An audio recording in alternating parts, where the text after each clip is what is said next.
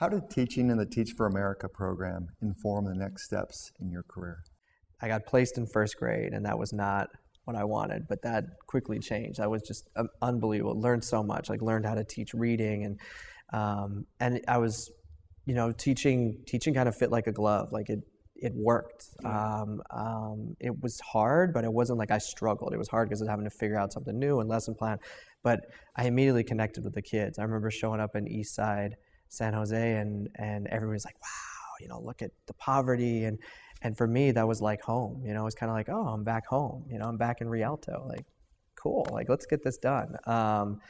So that was great. And then there were moments. There was an event in my class, my first year. So we had named our class. I mean, our class was tight. Like we were a team, and we had this kid who.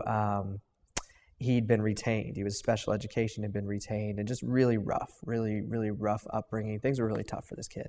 And so we kind of rallied around him, and I'd made the point of like, you know, we're going to do everything we can to like, you know, help this kid succeed, and, you know, we're going to get on it. And my class rallied around that. And so it was like October, and he was at recess, and some kid picked on him. And so like about 5 or 6 of my boys jumped in, and they took care of things.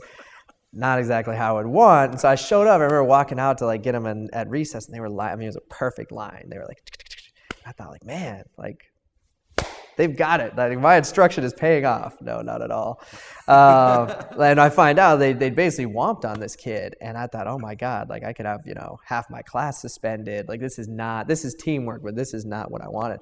Well, the long story short of this is I called up families. I was like, hey, we need to have a meeting. We should talk. Like we should talk about your boys and like, you know, what the team means. And I've, you know, talked to them as well, but I want to loop you in because I need your support. And after that, so we had a meeting in my class, and after that meeting, one of the families said, hey, you know, we should do this every month, Mr. Smith. Like we should get the families together and we should do stuff. And I thought like, it's a great idea. And so we did it. And that I think is what has kept me in education. That's how I started doing all the parent stuff. And then the community organizing group 3 years later, PACT, hunts me down, and we start a school with a bunch of families. And that really, I think that kind of fueled the community organizer part of me as much as the educator, and that's what's kind of pushed everything to where it is now.